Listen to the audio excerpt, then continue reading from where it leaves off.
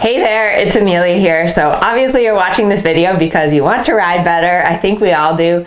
And here's the secret. If you want to ride better, you must improve your position.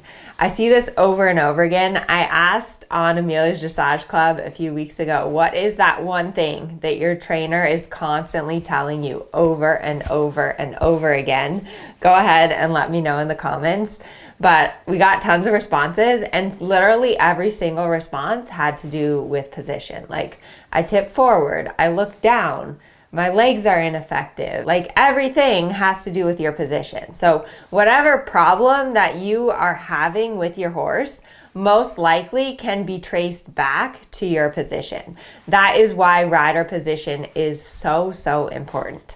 So give this video a thumbs up if you are excited for some tips on how to improve your position. I have created a special framework that I know is going to help you to improve your position.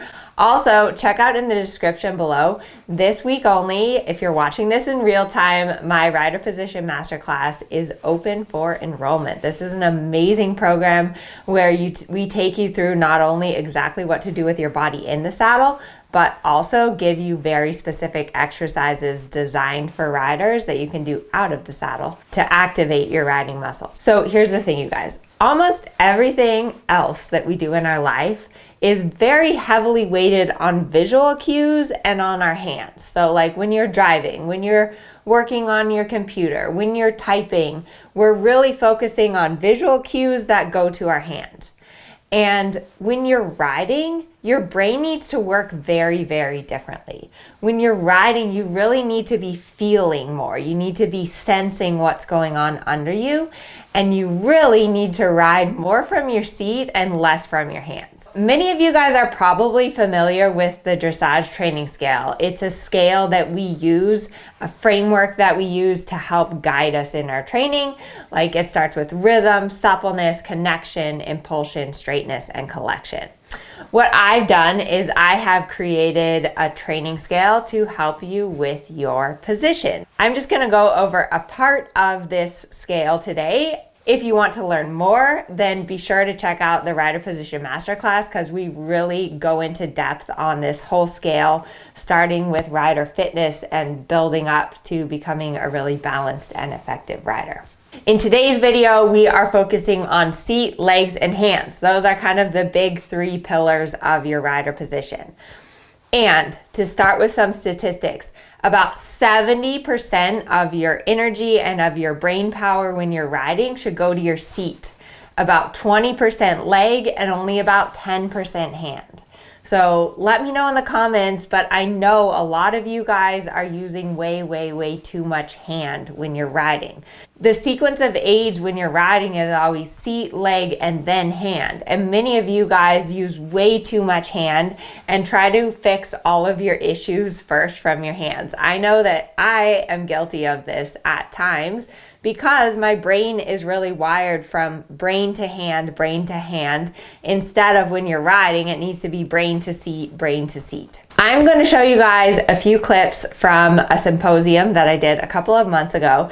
And what these clips illustrate is I have the riders first use their seat correctly in the saddle, really follow the motion of the horse, and then you'll also see what happens when the rider stops using their seat correctly. So starting off here, we see how the rider is really following nicely through her elbows. The horse has a nice swing and is moving nicely through the body.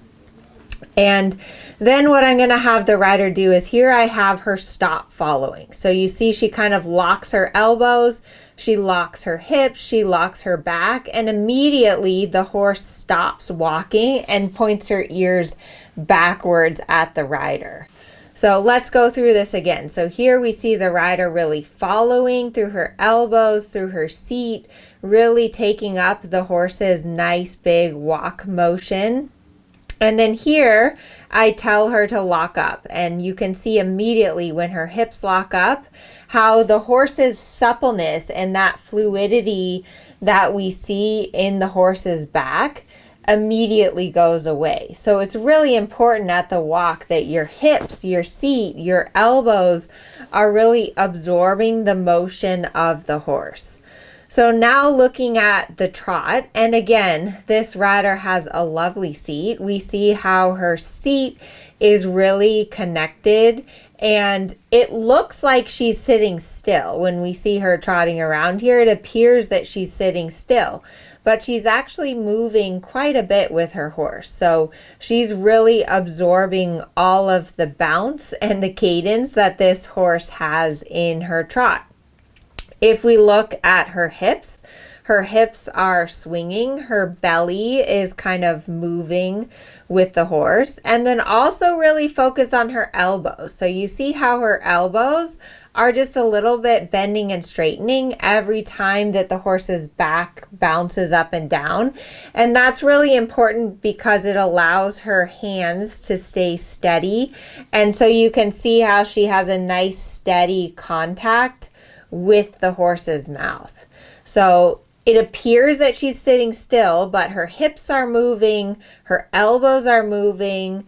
You'll also notice that her ankles are moving. So your ankles are a really important shock absorber, and it's important that your ankles are helping to absorb the horse's motion. So really you can see this rider has a beautiful seat, and she's so supple. She's really supple. And then here we see incorrect. So here I have her lock up her seat, and immediately you see how the horse braces in the contact, comes a little bit above the bit, and tries to just stop because all of a sudden her hips and her back and everything locked up. So here's the opposite. I see some riders kind of flop around, like her elbows are flopping, her ankles are extra flopping, everything's just going everywhere. So it's important that you're supple in the right amount. You don't want to be stiff and bouncing, nor do you want to be flopping around completely out of control like a sack of potatoes. So really the art is finding that suppleness through your whole body, through all of the hinges, that your hips are moving, your ankles are moving, your elbows are moving in exactly the right amount. And when you have this feeling, that really allows your horse to be more supple. You can really see how this horse is really in tune to the rider, and so when she locks up, the horse immediately changes. Okay, so I hope that that video really illustrated how important it is that your seat stays connected and following the motion of your horse. One of the most common things that happens is that when riders get afraid or nervous or scared, they lean forward, pull on their horse, and look down. And this is exactly the wrong thing to do. So when your horse gets nervous or scared, and you start to get nervous, the first thing you want to do is think about your seat and really sitting into your horse, lowering your center of gravity. So it's seat, leg, and then hand. So I hope this video was helpful. I hope that it gives you some ideas about really what to focus on with your position and what is the most important thing to focus on. And also, maybe you've already joined my rider position masterclass. Let me know in the comments if you're enjoying it so far.